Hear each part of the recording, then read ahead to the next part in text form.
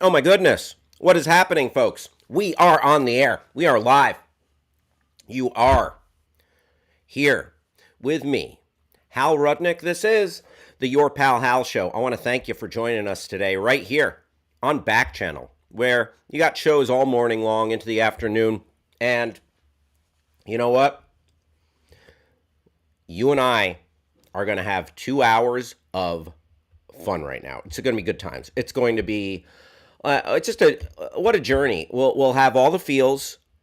We'll experience every flavor, every emotion on the spectrum as we go through this delightful ride into news, pop culture, trending topics, goofs, gags, shenanigans, nonsense, hijinks. You name it. You name it. Oh boy! And whatever you're doing right now, you can keep on doing it and just hang out with us. So are you in your home and folding laundry? Great. Are you working from home doing that sweet data entry or whatever it is? Perfect. Are you just waking up this morning? Well, did you sleep in? Or are you getting up from a nap? Well, let me give you one of these. You got that right. So, thank you for being here. I am your pal Hal, and I will give you an important piece of information. This show is 100% better when you are participating. Get involved. Mix it up. Hop in that chat. And here's how you do it. If you're listening on your smart device at home, you can get your smart device's attention, use the magic word say, and then drop in anything after that. Smart device, say, I'm at home folding laundry. Smart device, say, I am clipping my toenails. Smart device, say, I'm shaving my legs. Give me the TMI. I'm here for it. Let us know what you're up to. And we got some fun names. I love these animal names that pop up in the back channel on the dashboard. Dark Alligator joined the stream. Deceptive Peacock is hanging out with us. Great to have you here. Barbara in Illinois. YouTube is here, simply called YouTube. London's in the house. Thank you for joining the party. I want to know what you're up to. I want to know if you're snacking on anything. I got a cup of coffee. I got some nuts. I got my healthy elixir, my concoction of water and apple cider vinegar. I am ready. I am ready for some chat. That's it. I am ready to chat. And if you want to chat with us on YouTube, you can please absolutely join the conversation. Or if you want to go to backchannel.tv, you can chat with us there. And you can also leave a review of the Your Pal Hal Show. Just hop on there and say 5 stars, no notes, or 4 stars. Usually pretty great. Or you could say, you know what, 3 stars, hope it gets better from here. I would prefer if you just go there for positivity, but listen, I'm a straight shooter. I want you. I'm not really. Am I going to ask you to lie on my behalf? Am I going to ask you to perjure yourself and then perhaps have it weigh heavy on your conscience? I'll refrain from that. Go to backchannel.tv and say whatever you're thinking. Say whatever you're thinking. And we are going to be hanging out for the next couple hours. And our co-pilot along the way, my friend, riding shotgun here, Producer Travis. Producer Travis, what's happening? This is not riding shotgun. This is there we go. Riding shotgun. The best Chiron guy. The best Chiron guy in the biz. Travis. Yes. What have you been doing the past 22 hours? Well, I have been just recently riding sidecar with our friend Anthony Davis. Oh, yes. In for his show. Very nice, very nice. The Anthony Davis Show. Wonderful. Uh, listening to his dulcet tones. oh yes. Soothing, soothing. What a great way to take in the day's events. Catching up with some Anthony Davis.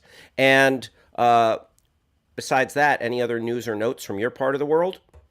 I watched my beloved Golden State Warriors lose a bitter fourth contest of the year to the Phoenix Suns last night. It was real, came right down to the very end, but it was as good as I could have hoped for a game without Stephen Curry. And Draymond Green almost got in a fight with Jay Crowder, and that was fun. Oh yeah, they got a little chippy there at the A end. little chippy. It got to that neighborhood talk. Like, I don't respect you. You're from this part of town. Yeah.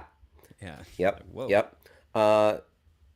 Glad there was no one got slapped, and it kept it on the up and up. Shout out to Chic Bat.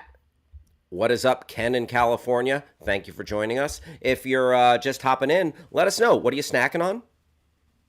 Do you have a beverage? Do you have a tasty beverage? Let us know. I've got a little bit of coffee right here, and that's good. Any snacks or beverages to report, Travis?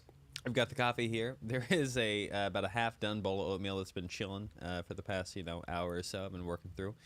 Oh, are you going to give us? Are you going to eat it on camera for us, like we were treated to the other day? Nah, I think that's something I'm only gonna pull out when in diet. That's a in case of emergency break glass move. I've been there. I've been there. An emergency snack. Oh, Emergency snack, absolutely. sometimes you need to attack an emergency snack. That is for sure. I'm gonna do that in lieu of 2 weeks' notice if I ever decide to quit. I'm just gonna house a bowl of oatmeal live on camera, and you'll never see me again. Wow, and that'll be your mic drop. Gross. Amazing, amazing. And let me ask you this, Travis. Sure. Last night, you watched the game. Any snacks or beverages while you were watching the game? Not during the game, but we watched the first episode of Halo after the game, and Oh, how was that? bad. Oh yeah. Yeah, it's. I mean, not in the sense of like they didn't honor the source material. Blah, blah. It's a first-person shooter. However, there are certain things that make Halo fun as a game, and that is shooting aliens with. And honestly, it's the guns. It's the different kinds of guns. It's all the different weapons you can use and all that stuff. And there just was not a lot of that. And it's like, well, what are we even doing here? It's like bad Mandalorian. Wow. Yeah. Yeah. And that's on Paramount Plus, correct? Streaming now on Paramount Plus. There you go. There you go. You know what? Maybe your review might have encouraged me to avoid it. I recommend that. We should have watched Moon Knight. I don't know what we were thinking. Oh yeah, I watched the first episode of Moon Knight. That's on the dock I liked today. it. Yeah, I liked it. And my my mom is in the house. My pilot.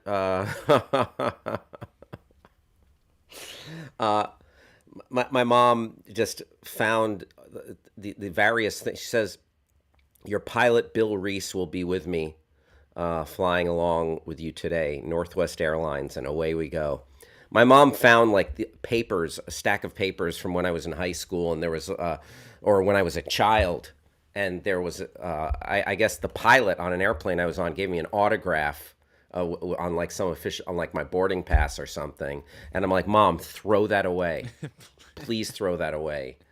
But there's my mom. It has a little bit of an issue when it comes to throwing things away. yeah. I wouldn't know what that's about. A mother who has a lot of items that don't need to be there anymore. Yeah. Yep. Hashtag hoarders.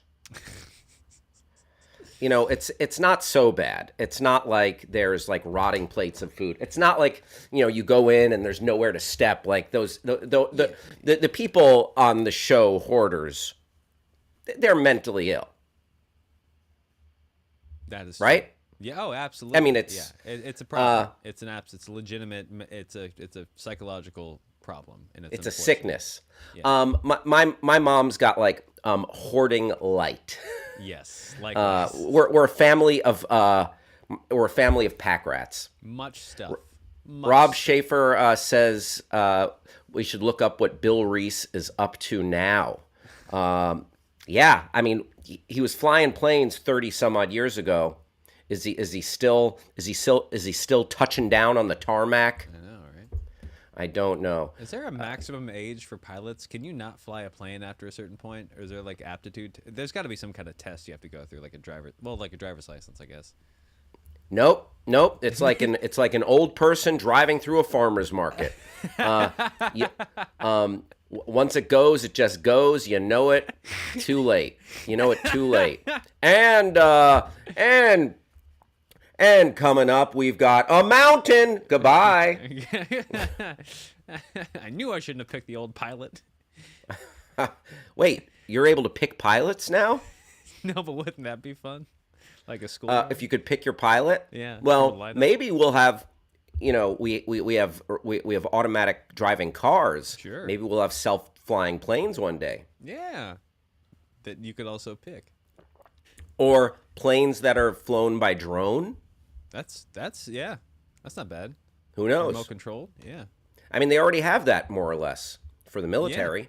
Yeah. It's all possible. I went to the movies yesterday. I went to the movies last night. Oh, that's right.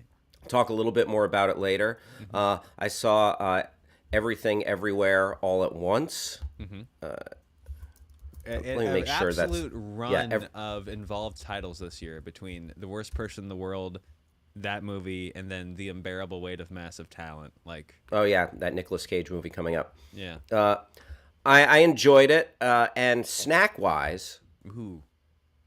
at the theater, I used to just destroy a bag, like a medium bag of popcorn, very easily, but now I stay very aware of my sodium intake and my the fat, the saturated fat, salt, butter, all that. So this is often the best deal in the house, everybody. So listen up. If there's a kids snack pack. Nice. Have you ever partaken of the kids snack pack, Travis? No, it is my policy. It's a personal policy to only sneak food in movie theaters. I never buy anything at the theater. Gotcha. I'll do that every so often because I am a fan of the Skinny Pop. Skinny Pop has a lot less of the fat and sodium in it. So sometimes I'll bring a bag of that Skinny Pop popcorn and maybe a bottled water or something. But I got the kids snack pack, and you get like this little like small popcorn, and you don't have to be a kid. You don't have to be a kid to do it. I wasn't breaking any laws. They didn't check your ID. No, they didn't check my ID. Wait a second. You're an adult. Wait, you're a full-grown man. Yeah. You get a mini popcorn, like yay big. Probably about the size of this book here. Like what we think of like circus popcorn almost. Yeah. Like yeah. Good book. Oh yeah, like one of those little circus bags, sure. And a small soda, and a candy, and this was like fruit gummies. I don't particularly care for those. I brought them home for my wife. Nice. She polished off like half the bag. Nice. Yeah, it was just a little snack size bag. And then I also bought a bottled water. So I had a small popcorn, a Coke Zero cherry flavored, It's not bad. and a bottle of water. There you go. Those are my that is my movie snack report. I like that. We keep it very snack forward here. Absolutely. I also appreciate having a sense of how much snack you'll need. I've been guilty of going in with a backpack that's just full, and then the movie's over, and I'm like, what am I doing? Well, it just depends on how hungry you are, or how hard you want to go. I didn't want to go super hard because I knew I was probably going to eat din afterwards, which I did. After the movie, I went and picked up something for me and my wife to eat. A little barbecue. and it was Where do some you go for tasty stuff. barbecue here? I've yet to Well, find one of the best barbecue places in Los Angeles is Bloodsoe's. Bloodsow's. Bloodsoe's on La Brea. Ooh, They close. also have a location, I believe, in like South Central Los Angeles, which is probably a little closer to you, down by the airport there. And Bloodsoe's is a classic LA establishment. The first location started in South Los Angeles, and then the second location popped up probably about 5-10 years ago now, on La Brea, and it's great. It's just great.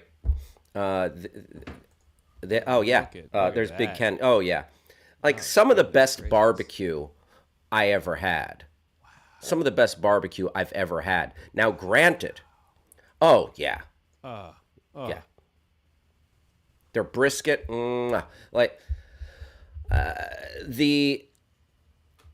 Now, granted, I have not eaten barbecue in Austin, Texas. I have not eaten barbecue in St. Louis. I've not eaten in Kansas City. sure. I've not eaten barbecue in Memphis. So basically all the barbecue cities.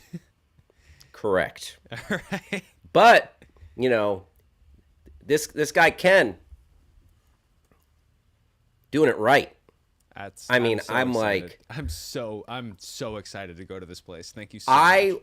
I would say it's on the short list. Like I'd have to spend a moment like really thinking about the others, but it's among the best barbecue I've ever eaten Wow. in my life.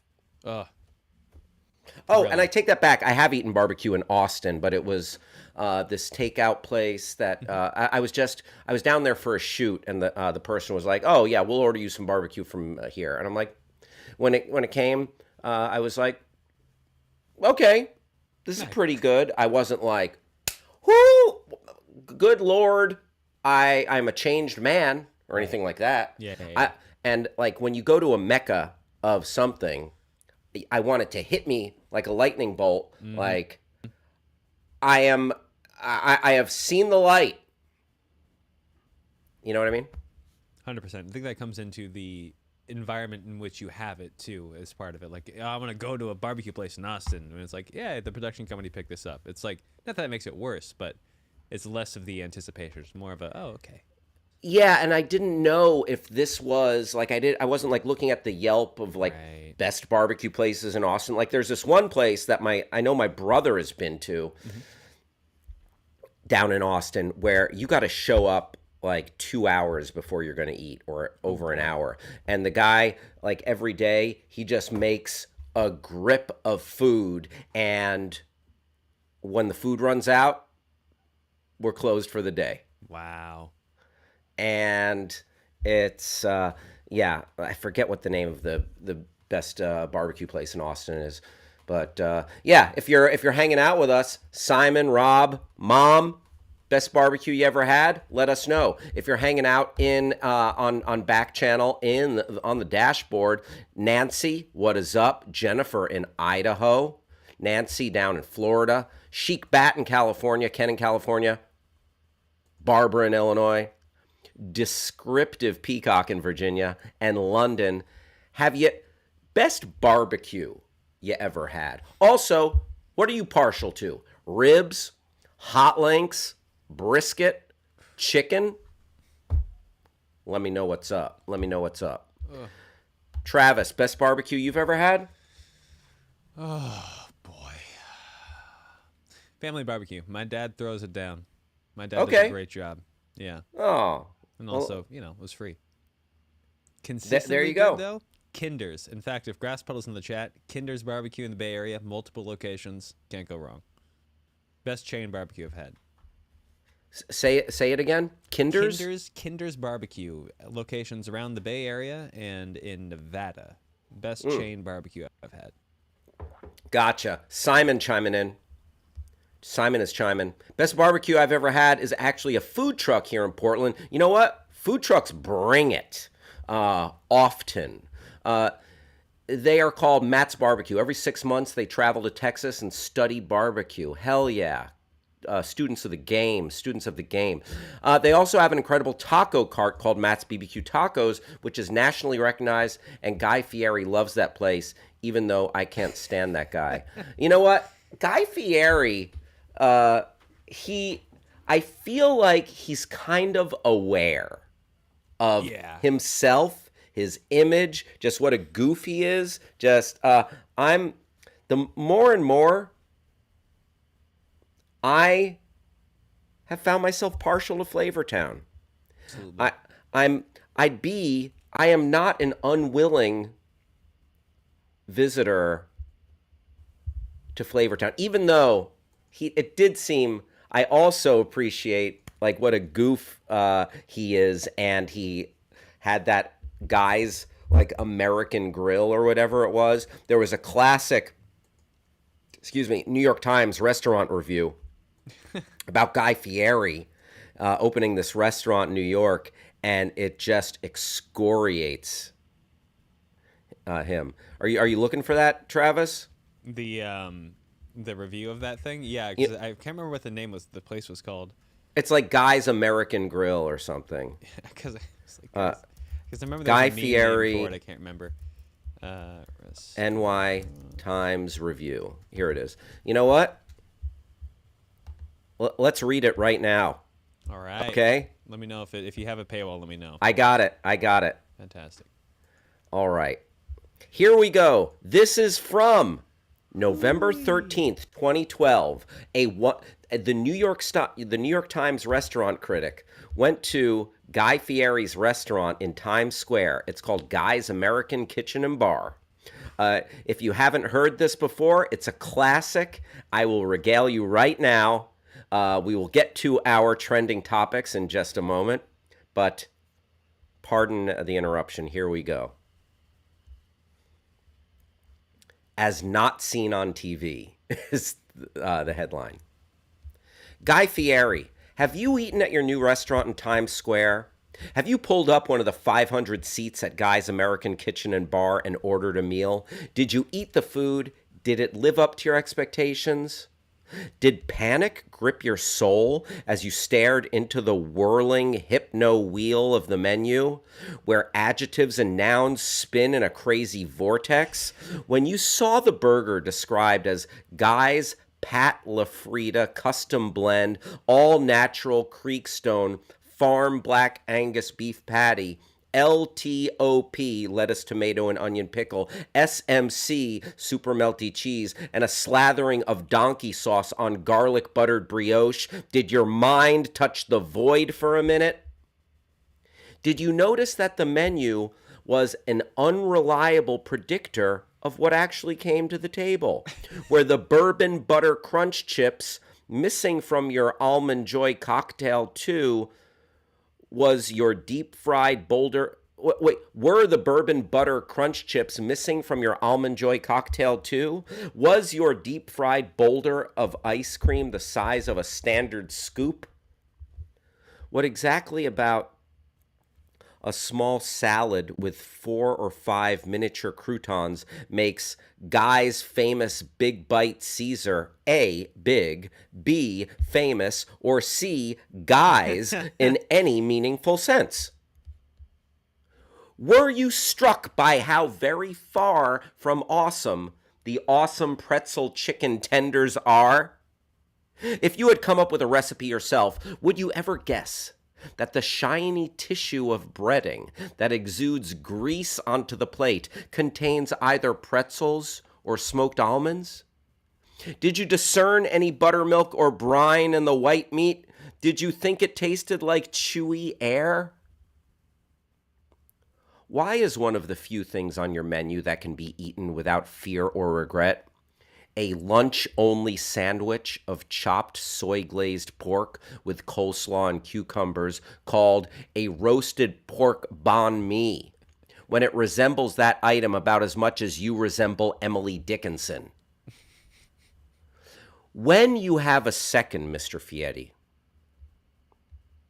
would you see what happened to the black bean and roasted squash soup we ordered? Hey, did you try that blue drink? The one that glows like nuclear waste? The watermelon margarita? Any idea why it tastes like some combination of radiator fluid and formaldehyde? Oh no. At your 5 Johnny Garlic's restaurants in California, if servers arrive with main courses and find that the appetizers haven't been cleared yet, do they try to find a space for the new plates next to the dirty ones? Or does that just happen in Times Square where the people are used to crowding? If a customer shows up with a reservation at one of your 2 Tex Wasabi's outlets and the rest of the party has already been seated, does the host say, "Why don't you have a look around and see if you can find them?" and point in the general direction of about 200 seats? What is going on at this new restaurant of yours, really? Has anyone ever told you that your high wattage passion for no collar American food makes you television's answer to Calvin Trillin if Mr. Trillin bleached his hair, drove a Camaro, and drank boozy creamsicles? When you cruise around the country for your show, Diners, Drive-Ins, and Dives, rasping out slangy odes to the unfancy places where Americans like to get down and greasy, do you really mean it? Or is it all an act? Is that why the kind of cooking you celebrate on television is treated with so little respect at Guy's American Kitchen and Bar?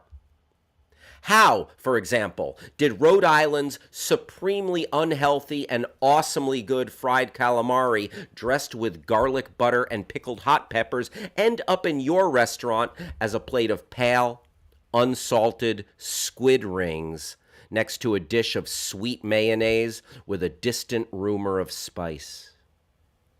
How did Louisiana's blackened Cajun spiced treatment turn into the ghostly nubs of unblackened, unspiced white meat in your Cajun chicken Alfredo? How did nachos, one of the hardest dishes in the American canon to mess up, turn out so deeply unlovable? Why augment tortilla chips with fried lasagna noodles that taste nothing except oil?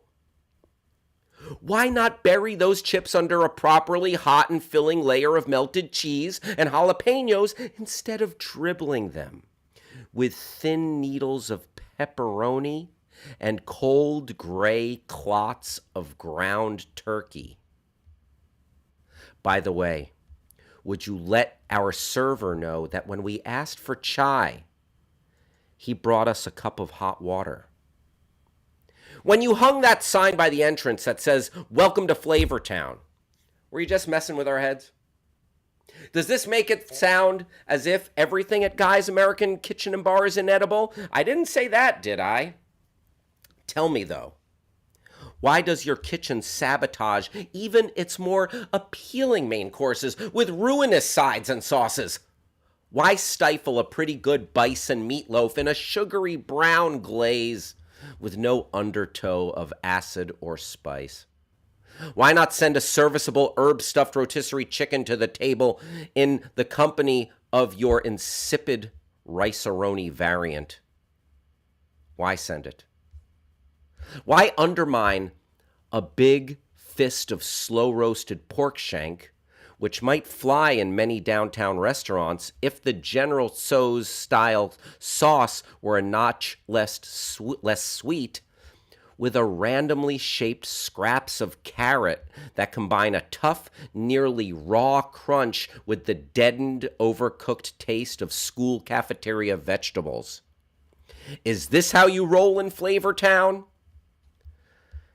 Somewhere within the yawning 3-level interior of Guy's American Kitchen and Bar, is there a long refrigerated tunnel that servers have to pass through to make sure that the French fries, already limp and oil-sogged, are also served cold?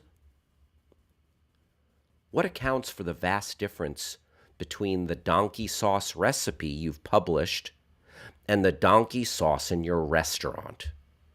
Why has the hearty, rustic appeal of roasted garlic mayonnaise been replaced by something that tastes like Miracle Whip with minced raw garlic?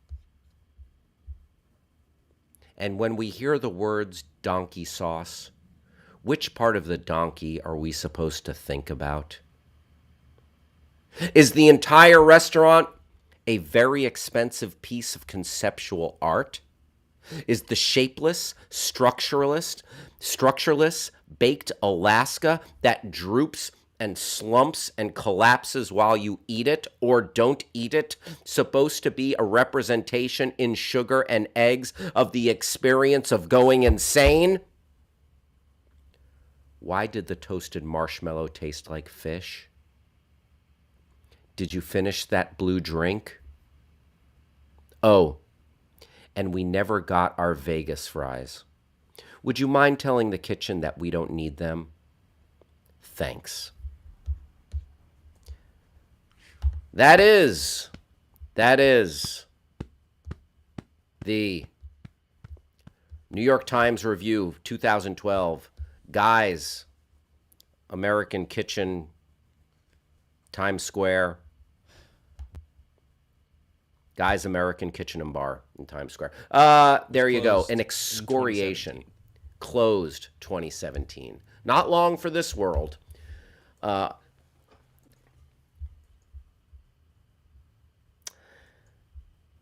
Couple of comments here. I recognize and appreciate his knowledge. I just find everything about him abrasive. My boy Jonah, a.k.a. Robbie, welcome to the party. Yes, Matasaro, we are talking Guy Fieri. Echoes of Lincoln and the strength of this indictment, Hal. I am trembling with a hunger for justice. Justice Bot? Where's Flavortown, Guy, huh? Where is it? Cold gray clots of ground turkey is like something they would serve in Texas by Sheriff Joe Arpaio. War crimes, yes. I think Joe Arpaio is Arizona, but I feel you. I feel you, Matasaro. Ouch! I know Los Angeles, New York, Chicago are great food cities, but Portland is incredibly underrated in that area, and I will miss it. Hey, tell me again, Simon, where are you moving to? Where are you moving to out of Portland? And, so long, Rose City. So long, Rose City. Thanks, Mother. Thanks, Mother. Matasaro says all those states blend together, LOL. Olympia, Washington. Very nice, very nice. All right, Travis, we've mucked around enough. Let's jump into the trending topics. Every day we wade into the Twitterverse, we dive headlong into the Twitter sphere, and see what's going on the Twitter website. You know, twitter.com. Let's get a little update from Ukraine. Ukrainian government sends buses to evacuate civilians from Mariupol after Russia agreed to open a humanitarian corridor. Okay. The Ukrainian government is sending 45 buses Thursday to take civilians away from the besieged city of Mariupol, where evacuation efforts will be joined by Red Cross teams with aid supplies. According to Ukrainian Deputy Prime Minister Irina Vereshchuk, President Vladimir Zelensky said Ukraine is preparing for a new Russian offensive in the eastern region of the country and pledged to fight for every meter of Ukrainian territory, per Al Jazeera. At least 13 people have been injured in shelling in the eastern region of Donetsk, local authorities say. And any other notes, any other bullet points regarding what is happening in no Ukraine? Bullets for the, but no bullets. Yeah, no bullets, no bullet points here. Nothing about this. I wish there were no more bullets, period, Travis. Let me jump on that double entendre and say, disarm, put the bullets away, Russia. Just today on the Anthony Davis Show, we were talking about how the world is seeing the greatest number of conflicts since the end of World War II. 2 billion people now live in conflict-afflicted areas. Wow. Yeah. Wow. Russia, lay down your arms. And then lay down in general, because you seem like you need a nap. Lay down, take a nap. All right, so that's a little update on Ukraine. Came out yesterday that the Academy of Motion Picture Arts and Sciences is discussing how to discipline Will Smith. And apparently, night of the show, they approached him, asked him to leave, and he was like, that's not happening. Academy initiates disciplinary proceedings. So apparently, they may suspend him from the Academy, they may expel him from the Academy. The Academy of Motion Picture Arts and Sciences has initiated disciplinary proceedings against actor Will Smith. Yeah, he assaulted a dude. Jiminy crickets.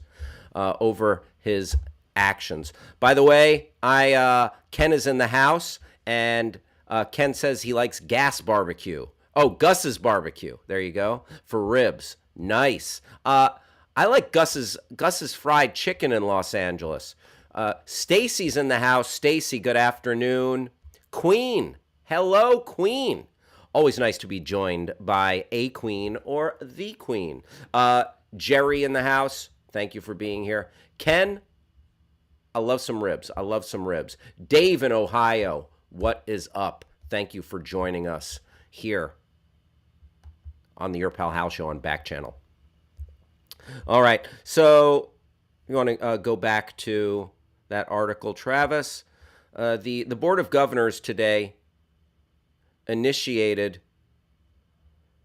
disciplinary proceedings against Mr. Smith for violations of the Academy's standards of conduct, including inappropriate physical contact, abuse, or threatening behavior, and compromising the integrity of the Academy. Yep.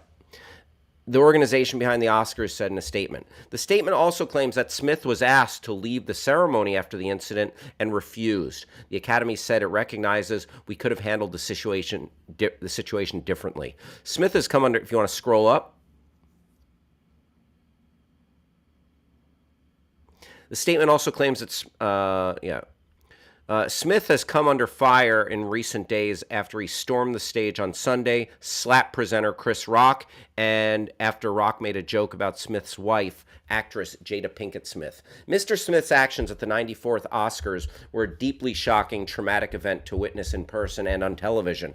Mr. Rock, we apologize to you for what you experienced on our stage, and thank you for your resilience in that moment, the statement added. Apparently, though, I heard no one has reached out and called Chris Rock. He hasn't, that blanket statement released to the press was the first apology Chris Rock has gotten from the Academy for not protecting him in the moment. Continuing, jumping to the next paragraph, another board meeting is set. Yada, yada. The Academy may take disciplinary action, which might include suspension, expulsion, or other sanctions permitted by the bylaws and the standards of conduct. Consistent to the Academy's standards of conduct, as well as California law, Mr. Smith is being provided at least 15 days' notice of a vote regarding his violations and sanctions, and the opportunity to be heard before sanctions of written response. Simon says, did I see Jaden in his tweet after the slap? Yeah, he said something like, that's how we do, or something. Like, that's how we roll, that's how we do. And, you know, if I was a kid and somebody hit my mom, or someone hit my mom, well, I'd be upset about that. But if someone was, did that in public, yeah, I might side. I can't blame the kid for siding with his dad, but it's a little brash and tone deaf, that response. But, family's going to side with family. Protecting him in the moment, like with snipers, that's what I'm saying. You know how Statler and Waldorf are up in the balcony? I think the Academy just needs to put snipers in the balcony. No, that's a bad idea. Yeah, protecting him in the moment, or having a way to handle that situation so it's not that just this awkward, weird thing. But I guess is no way because there's a free flow of people going up and back and forth, and sometimes you get someone like doing something silly or jocular, maybe. Uh, yeah, I don't know exactly what that means, what I said, Matasaro, but yeah. We all know from his After Earth that Jaden follows his dad no matter how bad the take. Yeah, there you go.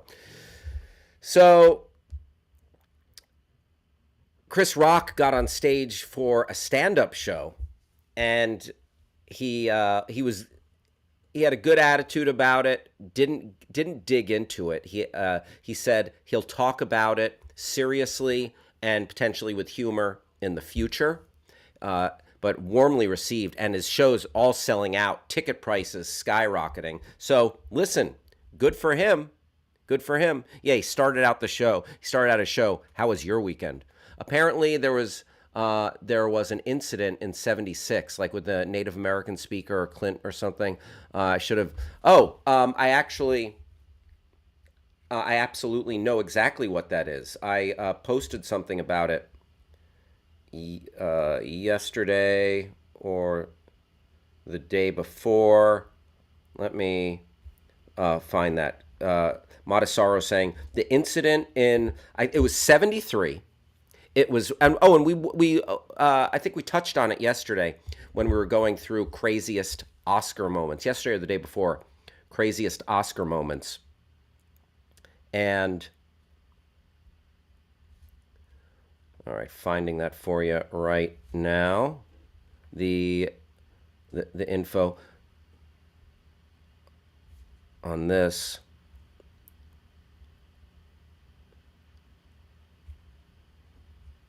All right. So in 1973, Native American actor Sacheen Littlefeather booed and cheered by Hollywood at the Oscars before being mocked by Clint Eastwood and almost physically assaulted by John Wayne simply for asking that indigenous people not be dehumanized in film. People are, and then it goes on. People talking about the Oscars' ugliest moment. Some perspective. John Wayne was held back by 6 security guys because he was trying to get on stage to potentially assault this woman. There you go. So there have been ugly incidents in the past. Marlon Brando, yeah, making the choice to boycott the Oscars and not accept his Oscar and sent this woman to accept it in his stead and speak on, yeah, the very, very real problem. Just demonizing Native Americans, demonizing indigenous people of this country that happens in film, and just the racist treatment. Like you've heard of blackface? Native people were satirized and played by white actors who literally painted themselves super tan or quote unquote red. Yeah. Matasaro says John Wayne was a bad man. Facts. Public Enemy, one of the great hip hop groups of all time, Chuck D, a lyrical poet, has a song called Burn Hollywood Burn, where they talk about how racist so much of Hollywood is. And there's a line from that song: Elvis was a hero to most, but he never meant S to me. Straight up racist. MF him and John Wayne. So that's when I heard that song as a younger man, I realized, oh, yeah, it's there's a narrative here that they're not sharing about how Hollywood handles race. And yeah, check out that song. It's a history lesson about Hollywood. Terminator X. I like Terminator X. I don't like his except when I'll take everything but the anti-Semitic takes. But yeah, I love Public Enemy. Love Public Enemy. Simon says, I'll never forget all the controversy around Public Enemy when they were released by the time I get to Arizona. Yeah, same here. When Arizona was the last state in the union to ratify Martin Luther King Jr. holiday. Rob Schaefer says, how can Elvis be racist? He exclusively stole his music style from black artists. Good one, Rob Schaefer. Nicely done. Yes. And that takes me to, like, there's a saying that I've heard, and I and that I think it's accurate. I'm paraphrasing, but it's essentially, people of color saying, black people in America saying, when will they love us as much as they love our culture? So just some thoughts, just some light thoughts on race, everybody. Yeah. Simon, yeah, had some so-so times in Arizona. I hear you. I've been to Arizona a couple times. Listen, I don't like making as many sweeping statements because there's good folks and bad folks everywhere. Good folks and bad folks everywhere. So, what are you gonna do? It's tough to make sweeping generalizations, but yeah, definitely saw some unsavory, like just hardcore Trumpers in Arizona that I wasn't that seemed a little bit aggressive and off-putting. Continuing the trending topics here, so. Yeah, Chris Rock, he's out there. He's on the road. You know what? Daniel Radcliffe trending today in regards to this. And he is taking a tact that, I appreciate and I respect. Daniel Radcliffe was asked he was asked to give his opinion on the slap. And the interviewer said, did you see it? And he said, yeah, I saw it. And I'm dramatically bored of hearing people's opinions. And because of that, I'm not going to add mine to it. Total respect for that.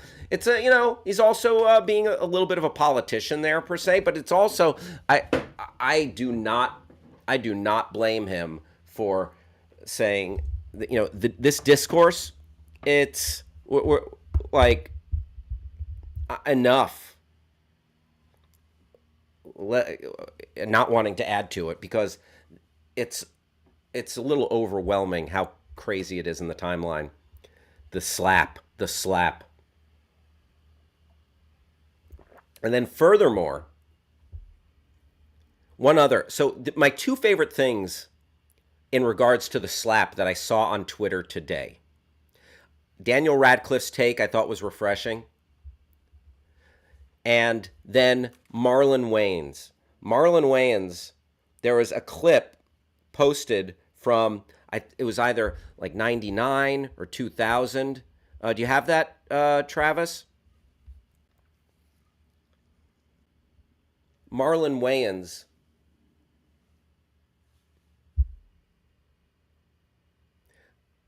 from the 99 VMAs, from the 99 Video Video Music Awards, and Sean Wayans. Oh, so Marlon Wayans was retweeting it, but Sean Wayans parodied Chris Rock's 99 VMA opening at the 2000 VMAs, and it is spicy. He gets up there and he like just lays into the crowd, like all these different celebrities that are there going off. It is funny. And then at the end, Sean Wayans as Chris Rock. If you have visual here, you want to cut to the end there, Travis? Yeah, a bunch of celebrity impersonators come up on stage, and here we go, walking right up, slap, and then someone else, a Britney Spears impersonator, boom, a P. Diddy impersonator, Backstreet Boys, like just pummeling him. It's it's pretty, it's sad that we're there now. It was hilarious back then. And watch that clip. It's so good. Shawn Wayne's killing it as Chris Rock. A great Chris Rock riff. Uh, yeah. Worth finding. Worth finding. Marlon Wayans tweeting it out there. Shawn Wayans as Chris Rock. It was really funny. It was really funny, and sad that we live there now. Simon says the Wayans family, national treasures. Absolutely, Keenan Ivory Wayans. Oh, you mean the creator of In Living Color? 100%. Damon, Sean, Marlon, and just future every Wayans. The Wayans are royalty, comedy royalty. I am a fan of the Twitter trend of one important thing to keep in mind about the Will Smith situation is blank points out real serious issue everyone is ignoring. Yeah, Montesaro says that. Oh, I'm gonna get you, sucka. Very underrated comedy. Kim Wayans. Yeah. Listen, I can't keep up with all the Wayans. Maybe we need a show keeping up with the Wayans. But white chicks. So some of my favorite, yeah, takes or collateral pieces of entertainment coming out of the slap, and also trending on Twitter. A shout out to, this is a good thing to be aware of, to honor, to celebrate.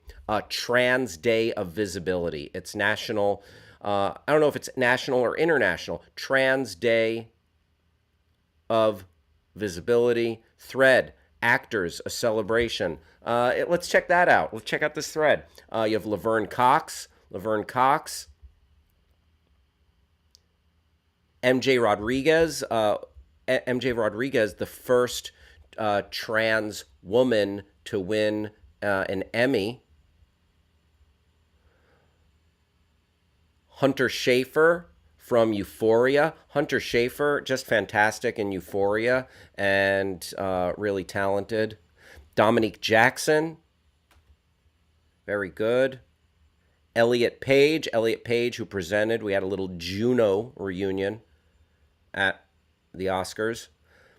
India Moore. Zion Moreno. Alexandra Billings. Asia Kate Dillon. So, trans visibility. Brian Michael Smith. I don't know all of these actors, actresses, performers, but yeah, I think it's important to recognize and celebrate and normalize trans rights, our human rights, and I appreciate where that is coming from. I feel very fortunate to know several trans people, and just to know their stories, to hear their stories, to hear their truth.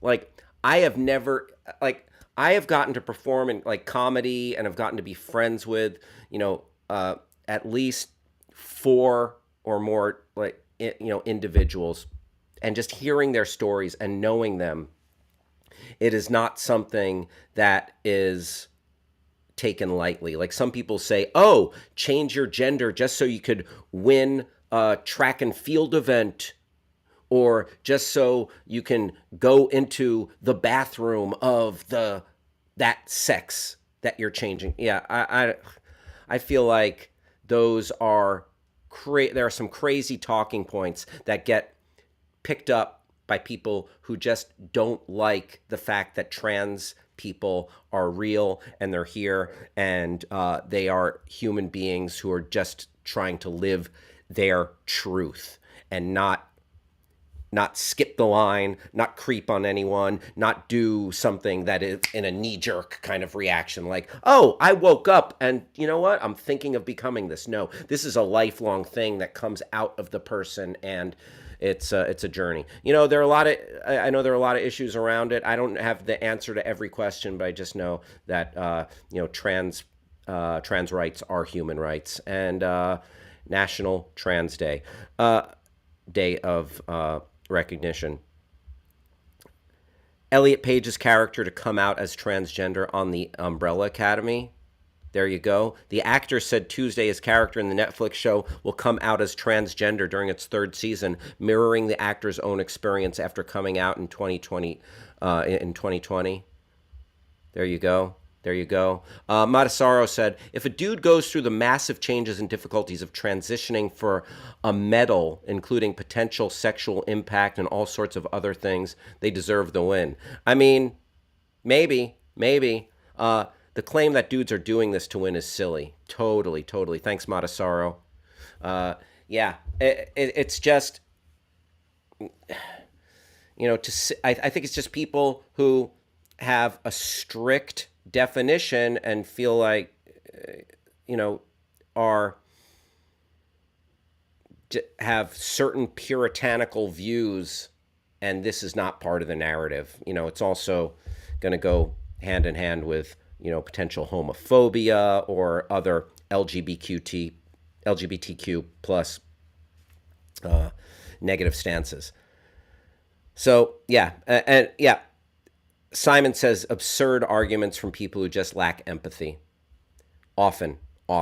So National Trans Day of Visibility. Also, it is Cesar Chavez Day, May 31st. Cesar Chavez Day, the anniversary of the birth of Cesar Chavez. Travis, can you bring up some info regarding Cesar Chavez Day? Join us in celebrating Cesar Chavez Day. Just a guy who fought for Latinx rights, Mexican rights.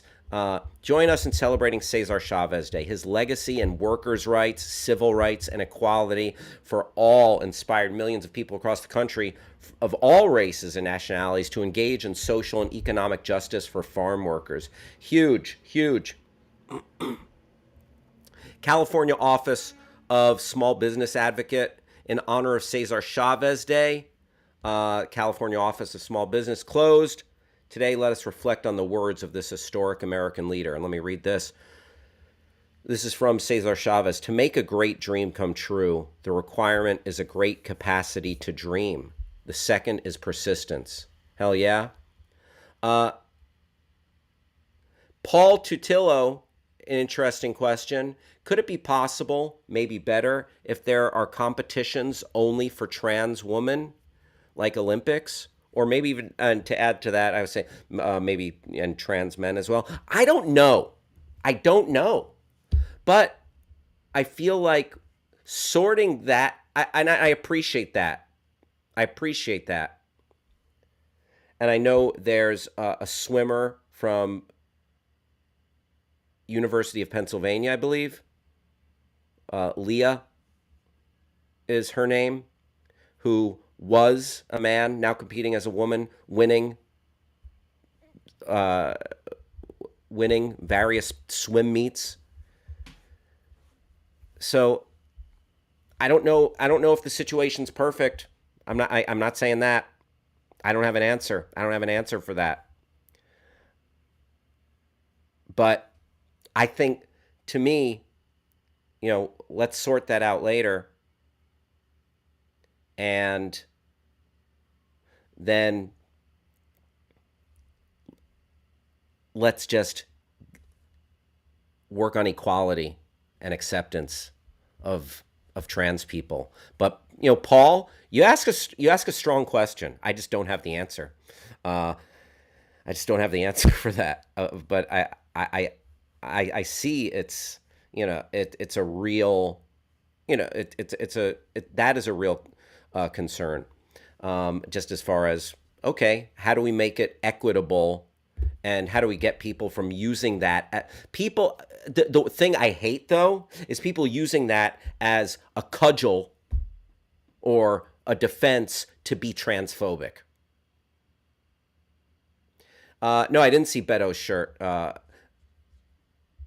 Was it regarding trans visibility? Don Cheadle had a great shirt when he was hosting Saturday Night Live a few years back. Protect trans kids. Matasaro says the problem with that is that we're creating another way for trans women are not women. And yeah, that's, and we literally have single digits of competitors in the trans category, and none are, yeah. So, yeah, because the thing is, you want to be an intersectional feminist in supporting these women who are different in this way. Still a woman. Yeah. Big topic. Don't have all the answers, but I just know. Listen, I just know what I know. So Cesar Chavez Day, great leader, one of just a great Mexican American workers rights, rights for Latinx people, rights for farm workers, and still a long way to go in this world of capitalism that we live in. So there you go. Travis, I think we had this Walgreens story about a robot pharmacist or robot. Walgreens is going to be having robots fill your prescriptions now. All right, so let's I mean, I wonder, just I just want to make sure Walgreens, Walgreens made the decision to give Elizabeth Holmes and Theranos a lot of money. So I don't know. Walgreens. I just don't want this to be a Skynet situation while they're filling my prescription. Travis, are you familiar with Skynet? Yeah. And I mean, I don't think we're towards sentience yet. It's not like we could have a conversation with the prescription robot. It's just like a stand mixer, right?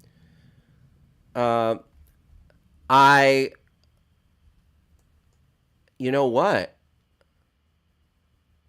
What? I got a guy at Walgreens. Let me just text him real quick. You got a guy at Walgreens? Listen, I got a guy on the inside of Walgreens. Sometimes it helps know a guy. Like, someone that works at Walgreens. Yeah, listen. I got some. I got a back alley vaccination guy over there. Back alley vaccination guy. Don't worry about it. All right. He's bringing the robot over. What? He's bringing the robot. Let me just read the headline here. The robot is okay. Walgreens turns to robots to fill prescriptions as pharmacists take on more responsibilities. Walgreens Boots Alliance is opening robot-powered micro-fulfillment centers across the U.S. to fill customers' prescriptions as the role of stores and pharmacist chains. Okay, so we're about to have we're going to have the robot coming in here. I want to. Rob Schaefer had a good point. Cesar Chavez, tremendous supporter of closed border and very much against illegal immigration. Interesting dude. Yeah, I mean, safe legal immigration, I think, is the way to go. Illegal immigration that's a difficult issue. But I think safe legal immigration, and for people to be able to take asylum here if they're running from tyranny. Matasaro says, I trust a pill robot more than a tired, overworked human. Okay. Don't worry, Travis, we accept replicants. Oh, some people think Travis is a robot. The jury is out on that. We've never seen. Well, he did ingest food. I don't know. Yeah, we don't know, though. Hal calling the Walgreens guy in his chair. I texted him. And then, someone who works at Walgreens? Like Matasaro saying, a poor person? I don't know if it was that. No, like you said that like Travis, like Yeah. I was saying, you know, I know Drake. Well, yeah, because you're like, I got someone on the inside of Walgreens, which to me says I know someone who works at Walgreens. Yeah, I got a guy. My You my got a back alley guy. vaccination guy. Back, you can get it inside. Uh, by the way, by the way, Simon saying that you when you were eating food like that oatmeal, it was actually like little watch batteries. Look, you can't prove anything, all right? Like it was like these little batteries. Yeah, Yeah. you can think. Are those Yeah, yeah. delicious, Travis? I couldn't tell you. I've never eaten a watch better before, and I wouldn't know. I wouldn't Do you hear know that? that they go well with walnuts. What was that? The door? Yeah, did you hear that knocking? Yeah. Is there someone Yeah. trying? Are you being Oh, gently broken into? no, my our guest is here. Oh, Hold on one second. all right. Yeah, no problem. Yeah. Um, all right. Well, I guess we're gonna have a guest in here. It's probably Hal's friend on the inside. It's Hal's friend that works at Walgreens or something. I don't know. Goodness, we gotta get a better talent booker, and by that I guess I mean me or Hal. We should get a talent booker. Actually, no. Anyways, you're watching the Your Pal Hal show live on Backchannel. We're here every weekday, 11 to 1 p.m., 11 a.m. to 1 p.m. Pacific time, and all the other time zones they're in. You can find us by going to backchannel.tv or going to your smart device and telling it to open Backchannel. Then communicate using the magic word say. And after you say whatever you want to say. We can hear it and communicate. You can also go to YouTube, Backchannel's YouTube page, communicate with us there, as so many lovely people are. I don't think it's John Lennon. Pretty sure he's dead. Or he only goes on Comedy Bang Bang. And please welcome whatever this is about. Hello. I am Walgreens robot pharmacist. How are you, Travis? I am well. I'm well, thank you. How are you doing? I am very good. Beep boop bop boop. What may I help you with today? What is your medication that I may fill? I'm actually good. I don't have a prescription, but I guess as long as you're here, I was hoping I could ask you some questions about your new job. Yes. Please go So, ahead. so the idea here is you, Walgreens robot, are going to be taking over prescription filling duties so that pharmacists can focus on more hands-on tasks like administering vaccines and other stuff like that. Yes, what drugs do you need? Again, I'm good. I'm mostly I'm on some supplements like B12. It's all yeah. It's hard to prescribe that from what I understand. B12 can be found in the supplement or vitamin aisle. Thank you very I much. am not responsible for that, Travis. No, and I wouldn't ask you to be. Thank you. So But I will fulfill all of your prescription needs. How many pills? 30 count, 60 count, 90 count? How much medicine? Grams, liters? I have it all at my disposal and can do it with speed and accuracy. that is very impressive. Now, did you always want to be a pharmacist, or is this sort of a new? Yes, ever since I was just a little gear with microchips, I dreamt of filling prescriptions. You know, the good stuff that they got behind the counter. Yeah, yeah. I've heard about Insul the good stuff. insulin, antidepressants, painkillers, cholesterol supplements, and more. So what do you Norvast, Skyrizi, Skyrim? Is that even a thing? Zoloft, That's the thing. A- It's Mirazepam, Azkaban. see Mars. That's okay. Now we're okay. Let me stop you there. Let me stop you there. It's clear to me that you're a robot that takes quite a lot of pride in their work and is happy to be involved in the medical field. What drugs do you need? I don't need drugs, thank you. I'm here to ask you about you. What is your favorite part about pharmaceutical work? What's the thing that gives you Giving the the most enjoy- humans their drugs. That, now that you say that, yeah. About how how many prescriptions do you fill in an average day? I fill all of the prescriptions, All whether of them. there are 10 or 10,000. I will fill them. I will give you drugs. What do you need? I Hey, Yeah. do you need to score some oxy? Wait. No, I'm good. Are you saying that you give people drugs illegally? My dude, are you looking for Xannies? No, I'm good. But do you do that? You you're getting some fan speak Listen in the up. chat. Listen up, dog. I got Okay. those Percocets on deck. I don't think that that's look. You just got this job. I don't know if you should be embezzling the supply of prescriptions. And how does that even? How are you even able to do that? Is that part? Did someone? What are you, a narc? No, I'm not a narc. But I'm just Because my hands can crush. You're gonna threaten me? That's where we're at. We've jumped right to we're just right. Okay, cool, tight, right on. Cool. Okay, so you've just taken a job at a pharmacy fulfillment center, and you're trying to. What is this? A side hustle? Are you getting paid for this? What does a robot even need money for? We need money to build more robots.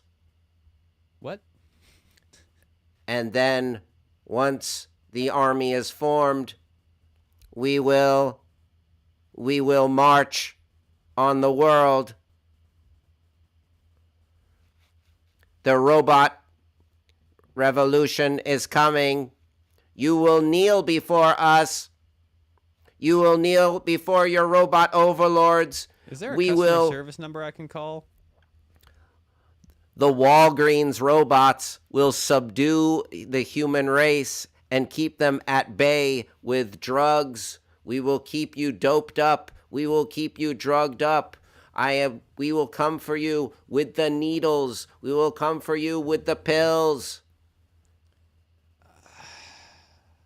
This is a shocking revelation that I don't know what I'm supposed to do on my civic duty. I have a journalistic duty to protect the integrity of the interviewer, but or the interviewee, but I have a civic duty to thwart a robot uprising. I feel like that's part of what my civic duty is. I think. Come to Walgreens for all your home good needs. All right. Paper towels, snacks. It's all there at America's favorite drugstore, Walgreens. Okay, I see this. Travis, yes. see you at Walgreens.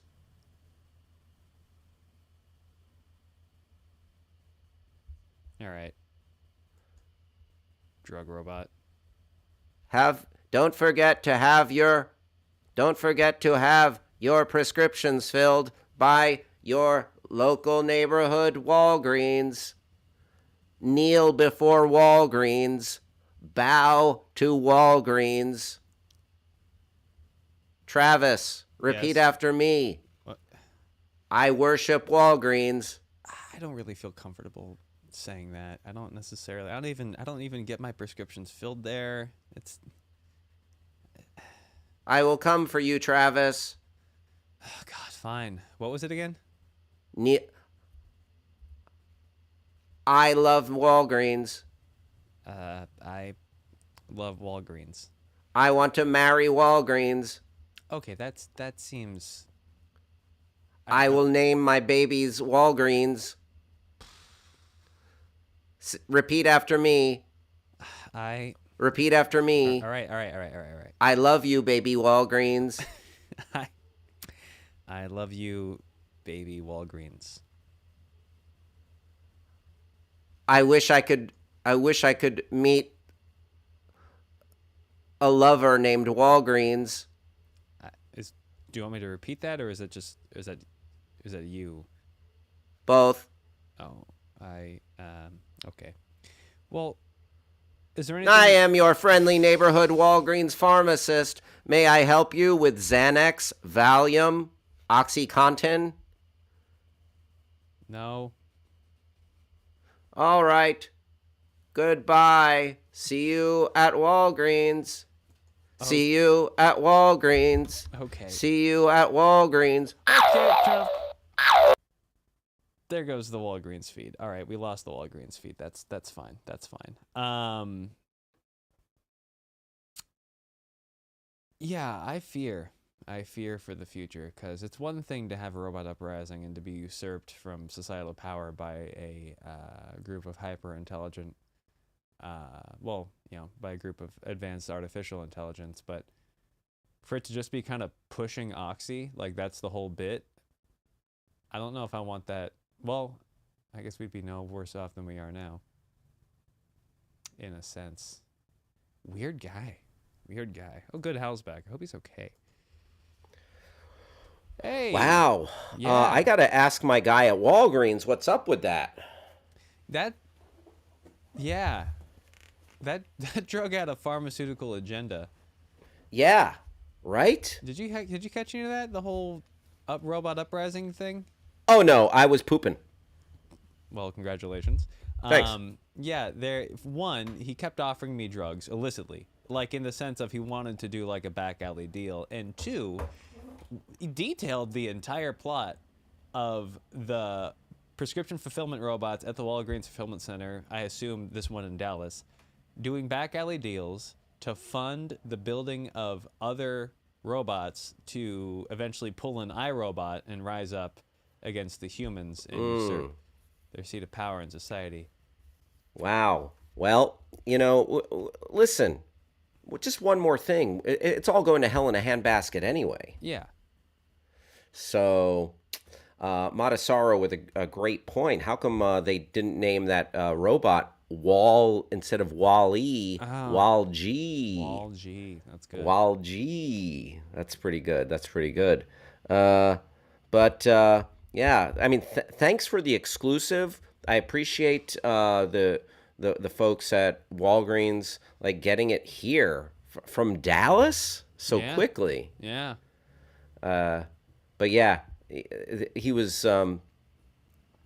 It's a little bit of a frightening harbinger of what's to come. Yeah. Oh. That was the Walgreens robot. Folks, now is the time of the show where we do a deep dive into a Twitter account. If you missed yesterday, we're not exclusively talking about pizza anymore because it took a dark turn. But we're going in a completely different direction. What's that, you ask? Arby's. Yep, today we're looking at the Twitter account that belongs to Arby's. Listen, that's a 10-gallon hat full of deliciousness. What? All right, there's some crinkle fries, there's some curly fries. Travis, do you like French fries? Heck yeah. All right, at least there's one thing we can see eye to eye on food-wise. You just trying to bait me into stuff to disagree on? Come on. I'm just trying to see if like you're a human person that eats the normal stuff that people like. Yes, I eat the normal stuff that people like. I eat French fries. I eat curly fries. I, for the first time in, I think, years, had a curly fry because my roommate went to Astro Burger and brought back some curly fries. And just you forget how good they are. Oh, yeah. Rob Schaefer saying such disrespect to Godfather's Pizza. We did Godfather's. We did. I don't know if you were here or not, Rob, but we did Godfather's Pizza. Also, Godfather's Pizza threatened to whack me like I was a rat or put me in cement shoes. So they said I'd be sleeping with the fishes. So, and even in spite of Godfather's Pizza threatening me, we still gave their Twitter account a decent shout. And I also made the tie-in with the anniversary of the film The Godfather. So it was all very thorough. It was all very thorough, the most thorough. So Really, like clinical. All right, Arby's. We have the tweets right off the bat. I like that. We're here to help at Arby's Cares. Okay. You know what else I like? They don't. It's none of that corporate speak. Like, don't break the rules. Don't break the rules. Uh, oh, Rob Schaefer. I'm sorry you missed it. I'm sorry you missed it. It was a couple days ago. Andrew McLean saying, haven't had Arby's in 10 plus years, but always tempted to buy the frozen curly fries when I see them in the grocery store. Ooh, oh, put those in the air fryer. Boom. You got your side dish on lock or snack. It's great. Okay, so speaking of Arby's, remember we did we did this Pusha T talkover of the Arby's rap. Should we do it again, Travis? What do you think? That is the only option. Okay, That bring up is that the beat. only Can you bring thing. up that beat All right, let's again? bring that beat back up. All Let's do right. it. This really bad beat. What? This is Welcome. hip-hop. Welcome to the party. There's no snare. There's got to be something better than this. Hold on, I gotta. This works, Travis. Oh, good. Uh, All right, here we go. This is Hal Rudnick doing the Pusha T Arby's diss track, and just this is. Welcome to Arby's. Arby's and Pusha T. You know what's up. I'm the reason the world love it. Now I gotta crush it. Filet of fish is bleep, and you should be disgusted. How dare you sell a square fish, asking us to trust it? A half a slice of cheese on a Mickey D's budget? Arby's. Crispy fish is simply it. With lines around the corner, we might need a guest list. Exit stage left. The sandwiches taste fresh. A little cube of fish is from a clown is basic. Say less, the argument is baseless. Drowned in tartar, that filet of fish is tasteless. Arby's the only deals in the greatness. I bet the house on it like Vegas. Could sell water to a whale. You ever think I'd fail? This crispy sandwich blazing trails. Other clowns just too frail. If you know me well. Our fish is gonna tip that scale.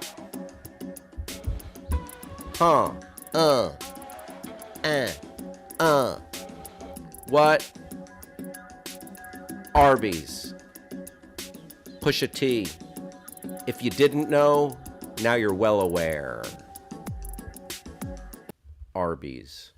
That was Pusha T for Arby's.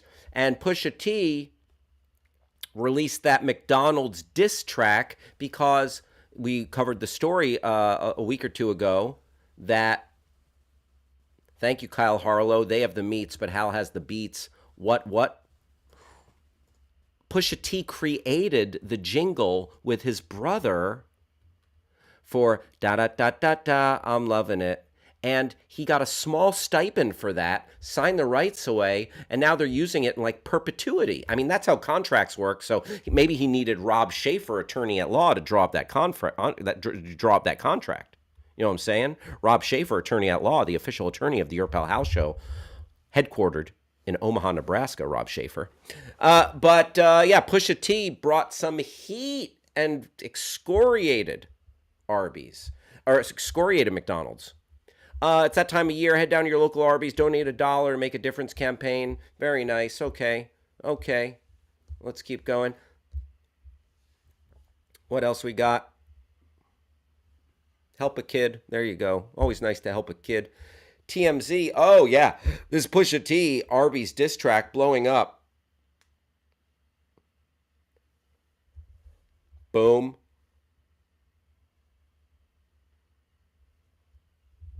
I mean, oh, look at that curly onion ring. Was that a curly fry or an onion ring? Whatever it is, I want it in my face right now. Hey, Travis. Yar. Will you take everybody through a couple more of these Arby's tweets while I step away for one moment? You got it. Thank you. Here we see Pusha T, King Push, dropping that release of the Arby's track. So we're getting pretty far back into the tweetosphere. He is, let's see, the Arby's hasn't tweeted a whole lot since this dropped. But we've got another diss track. We got a St. Patrick's Day tweet from them. Good Shamrock finding all three Arby's items. Let's see if we can find these Arby's items. I see a cup, I see a roast beef sandwich, and I see a box. I did it. I'm very good at this. Mint chocolate shake, coolest thing on ice, March 16th in anticipation for St. Patrick's Day. Is this or is the retweet button a green curly fry? Sure. Selection Sunday is deciding which side you want on your beef and cheddar. Interesting. Fry font guide. Curlies, cursive, crinkles, bold. Other fries, erased. This is pretty good. This is my brain on curly fries. A lot of fun with the curly fries. Let's see here. Good ideas for a new show. Cuphead. Guardian, hungry for the truth. Arby's. This brings me to an interesting question, and Yes. I know the answer to this is yes, but just as a wow, it's fun. Are you aware Yeah, of the it's cool. Twitter account Nihilist Arby's? Oh, yeah, let's go there. Heck yeah. The other Grass side of puddles in the house. What up? What up? Checking in for hijinks, just in time. Shout out to Childlike Rooster in the house, by the way. Greg, good to see ya. Stacy, always a pleasure. Board Seal, Ripe Horse. GB Stepmother, welcome in Massachusetts. Lisa in Missouri, thanks for being here, hanging out with me, your Pal Hal, your Pal Hal show. Nihilist Arby's. Officially, I have nothing to do with Arby's. Unofficially, everything is nothing. Eat Arby's. Punch your hunger in the face, Will Smith style, at Arby's. Continue to eat Arby's. This St. Patrick's Day, the Irish are going to stagger out into the brutal, sober dawn, drink a few bottles of whiskey, and, yes, Arby's. Whoop. Drugs are awesome. Never let anyone tell you otherwise, kids. Jesus. Eat Arby's. If this will be the last one, then we'll go back to Arby's. If this pandemic has taught me anything, it's that I don't love anything. Nothing loves me, and I would be pretty cool with the eternal black envelope of death. Eat Arby's. Now the Starbucks is getting more unhinged by the day. Yes. That's great. We need Werner Herzog reading Nihilist Arby's. All right, so Capcom fighters eating Arby's. That's great. A step-by-step guide to the coin flip dunk. Okay, so are these like chicken? These are chicken nuggets. Flipping it into the dip. That takes a lot of skill. I feel like you'd have to waste a lot of chicken nuggets doing that. I feel like you'd have to waste a lot of chicken nuggets doing that. So there you go. Street Fighter Capcom. Very nice.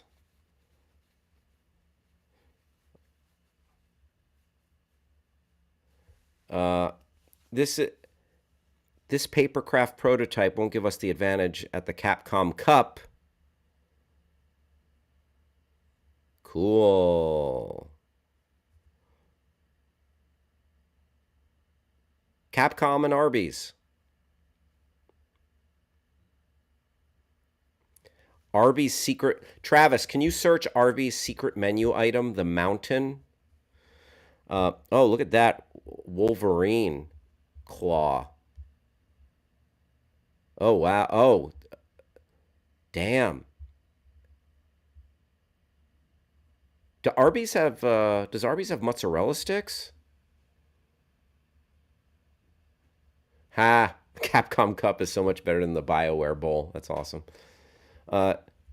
Travis, do we have eyes on the mountain? Meat Mountain Sandwich. Wow. The biggest sandwich Arby's has ever sold, stacked ridiculously high with almost all the meats, 2 chicken tenders, slices of roast turkey, pit smoked ham, corned beef, 13-hour smoked brisket, USDA choice Angus steak, roast beef and pepper bacon, and there's also cheddar, Swiss, somewhere, cheddar and Swiss somewhere in there. Wow, wow, wow. I couldn't do that. I could not pull that off. Travis, could you see yourself putting that away?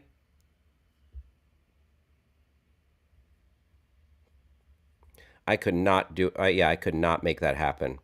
That is too rich for my blood. That is, yeah, that is the mountain. You know what would be great though, to see uh, Thor Bjornsson, I think his name is the mountain from Game of Thrones, eating the mountain. That would be sick as hell. That'd be sick as hell. All right, that is Arby's, everybody. That is Arby's. They have the meats. Just a little peek at their Twitter. A deepish dive. A deepish dive. The Twitter account Deepish Dive. Montesaro says should have been called that sandwich the Ark with all the animals they had on there. Nice. Montesaro nailed it. Two of each. Great. All right. Oh, Rob Schaefer said, I tried it once. I didn't get halfway finished. It was not good. Rob Schaefer, you are confirming where, my suspicions, confirming my suspicions.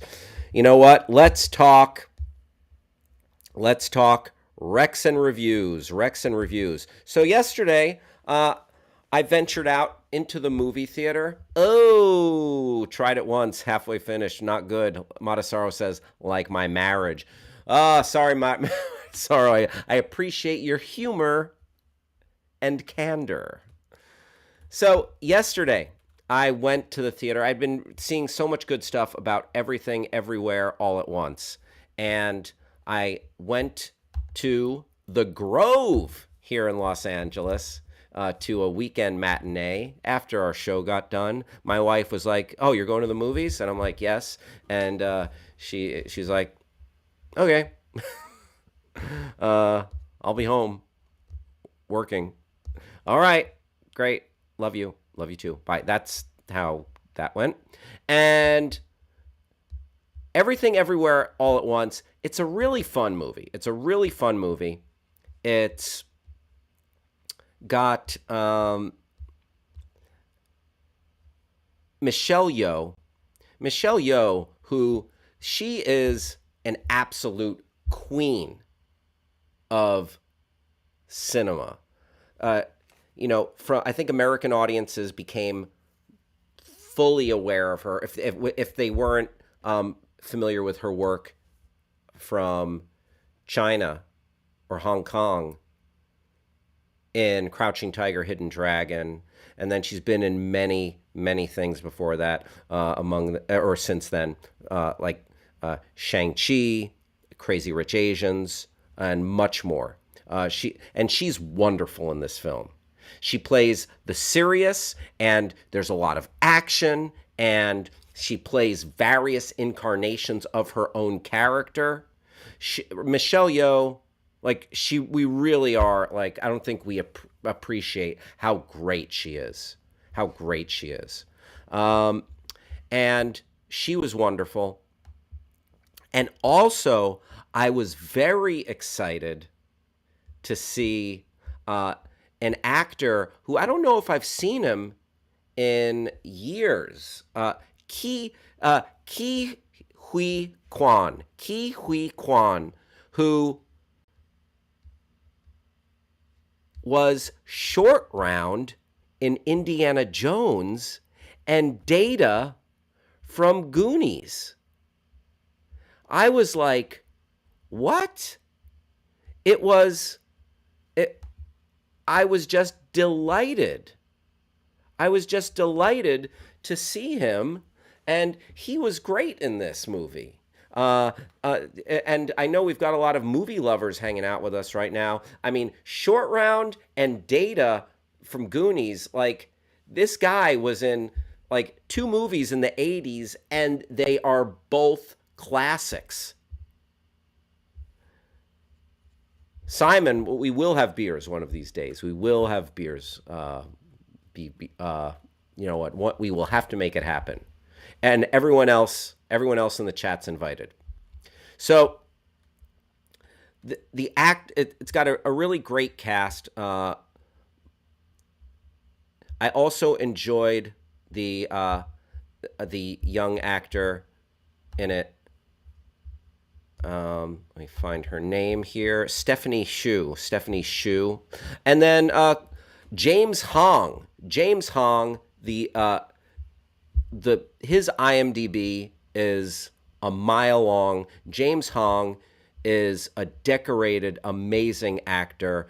He has been in he's been acting since like the 1950s, I think. Looking up James Hong's filmography as an actor, James Hong has 450 credits. 450 credits. He obviously has one of his most notable, one of his most notable performances, Big Trouble in Little China, as David Lopan in Big Trouble in Little China. But he has been acting since 1954. 1954. And he was on The New Adventures of Charlie Chan in the 50s. He's been in just so much. And I will say this about James Hong, Lopan. I had the very good fortune to be in a movie with him. It's called The Adventures of Billy Stone, The Lost Medallion and The Adventures of Billy Stone. We shot this film in Thailand for about a month and a half. It was a kids' action adventure movie. He was like the old sage, character who was imparting wisdom to these children, and I was a villain chasing these kids through the jungles. And I got to go on one of our days off where we weren't needed for shooting. I got to hang out with James Hong, and we went into the local town in Thailand, and there was a mall, and we just walked around the mall. And I remember I bought a hat with him, and I tried it on, and it was a soccer hat. I'm not a huge European soccer fan, but he's like, "Oh no, that hat looks very good on you. You should get it." And I bought the hat. The hat is since I don't have it anymore. It was a hat related to a soccer player named Kaká, who was a very popular Kaka. But I got to spend some time with James Hong, and he was an amazing walking history book. Such a gentleman. So a great cast of so many great Asian actors, and then also Jamie Lee Curtis. He did have a great sense of humor. He's wonderful. And Jenny Slate, who I really enjoy. Now, Everything Everywhere All at Once, it's very fun. It's action-packed. But I was reading all these reviews where it's like, wow, this is a game changer. I've never seen anything like it. And it's fast-paced. It's a lot of fun. But I will say this. It's not completely unfamiliar territory in as much as it's a multiverse movie. I think we've ingested a lot of multiverse lately. You know, Spider-Man No Way Home, Into the Spider-Verse, the Marvel Universe, Doctor Strange, and then Rick and Morty. All of, you can feel the influence of so much of this stuff on this. And that made, just because we are in a kind of golden age of exploring multiverses, I'm not going to lie, I had a little bit of a feeling of, all right, I get it. It didn't rewrite the book on multiverse films. Not that you need something to be the perfect like example and be a game changer. But I, I liked this movie. I didn't love it the way some of the reviews purported it to be. It's well done. Performances are great. I just feel like I'm a little multiversed out. It wasn't as like it had some funny moments that weren't maybe as funny as Rick and Morty. It had some cool moments of effects, but that like paled in comparison to like, the Spider-Verse. So, yeah, I liked what it is. I think it's a lot of fun. I admire so many of the people in it. Worth seeing, but it didn't blow my mind. I went, and I might have gone in expecting it to, because just some of the reviews that I read. But yeah, that's you know what? I wish I went in there a little more like, oh, I don't know what to expect. So, everything, everywhere, all the time. Everything, everywhere, all the time. It's out there. Worth seeing. Worth seeing. Liked it. Didn't love it. There you go. Morbius is a new film with Jared Leto playing a Marvel character. Simon says he's seeing it tomorrow and he already regrets it. Well, let's take a look at the early reviews for Morbius. Travis, if you want to bring up the Rotten Tomato page.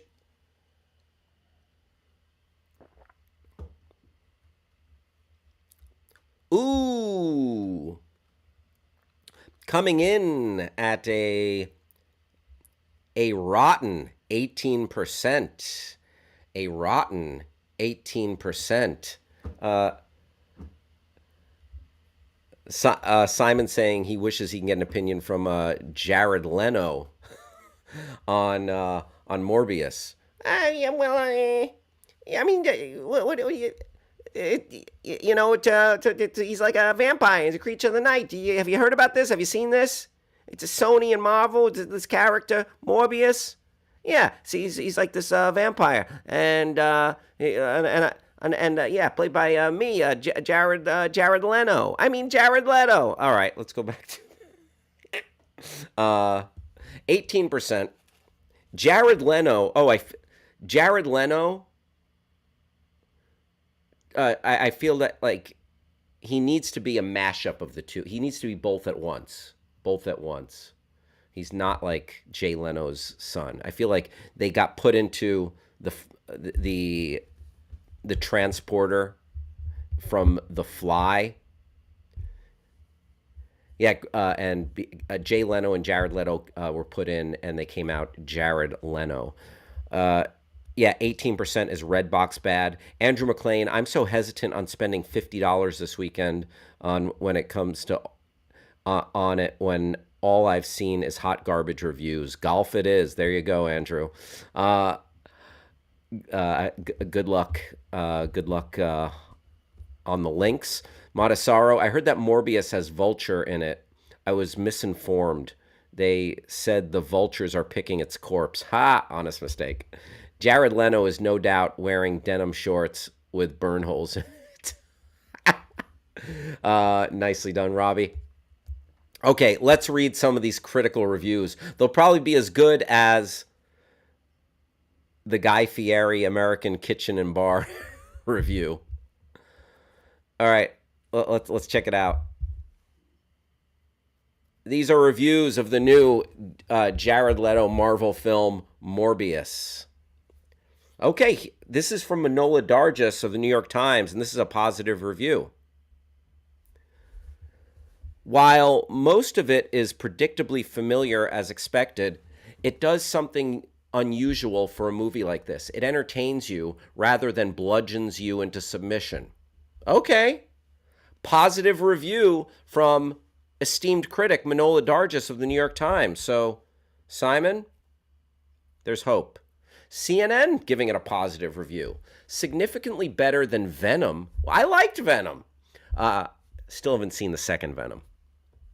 The body horror in Venom was fun, though. Significantly better than Venom, but still somewhat lacking in bite. This origin story perhaps inevitably grows more pallid toward the end, but until then proves just tasty enough to merit the giving it a shot. Okay? Okay? There's. Oh, we'll miss you tomorrow, Simon. Enjoy. Uh, there is nothing in Morbius that couldn't have been better summed up in a 2-minute trailer. Wow, D plus. That's from Adam Graham in the Detroit News. Leslie Felperin, the Financial Times, says, "You can only imagine the carnage that must have taken place in the edit suite." Ah, that's great. Hannah Strong, Little White Lies. Soulless, tedious filmmaking. The doldrums of superhero theatrics. Okay.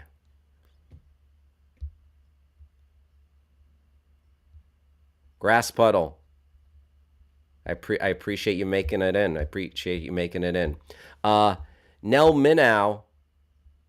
More like Borbius, am I right? Wow.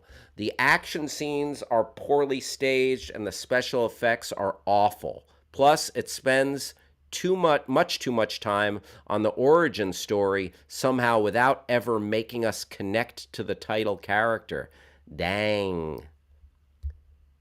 There Soren Anderson, Seattle Times, there's little spark in Leto's performance.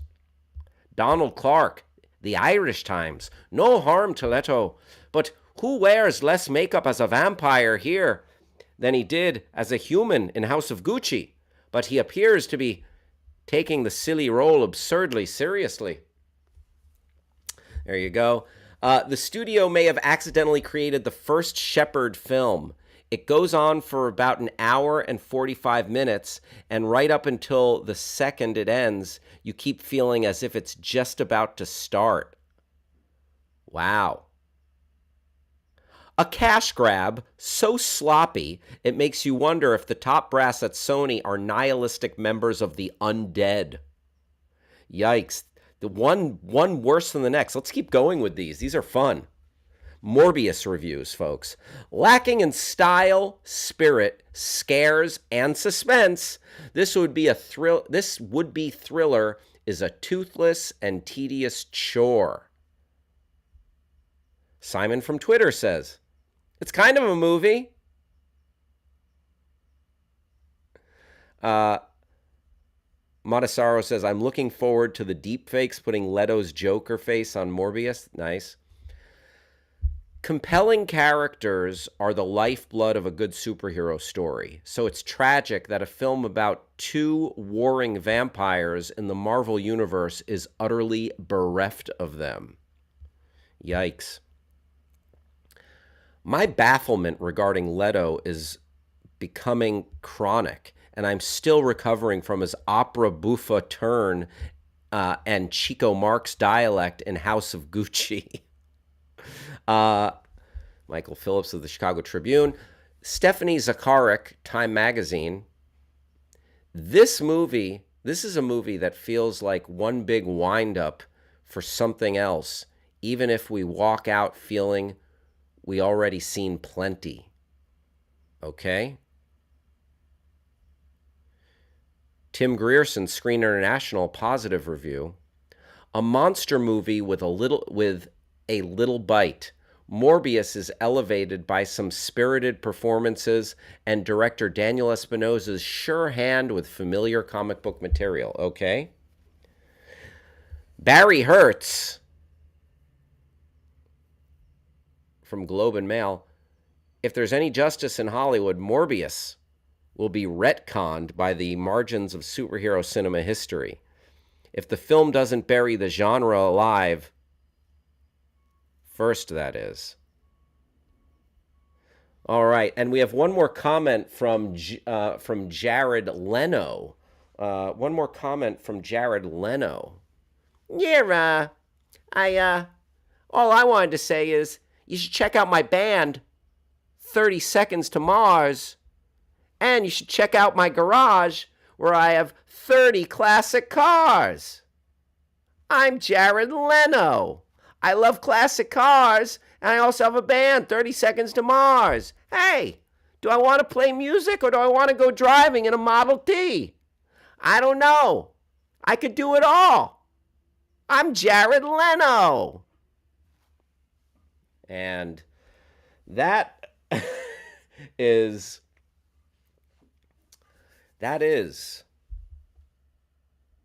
Morbius. Folks, we are in the home stretch here. We will miss Simon tomorrow on the show. Travis, what do you got? I was applauding, but since I am here and Grass Puddle's in the chat, Grass Puddle, 2 more things if you're still in the Bay Area. 1, Kinder's Barbecue. 2, if you need a diner, Giant Chef in Pleasant Hill, 24 hours a day. Kinder's Barbecue, Giant Chef. Damn. Nicely done. Nicely done. Matasaro said... Trying to live vicariously. Matasaro said, LOL, what if Jared Leno had a big chin tattooed on his hand like the Joker's smile? Like, I'm not going to kill you. I'm just going to hurt you real bad. Folks, this has been, what a journey. What a journey this has been. I think we might have had, I think we did it again. We had too much fun. And there's only one segment left, rejected segments. This rejected segment that we were talking about, like, we rejected it because it's a little... What's that? Oh, okay.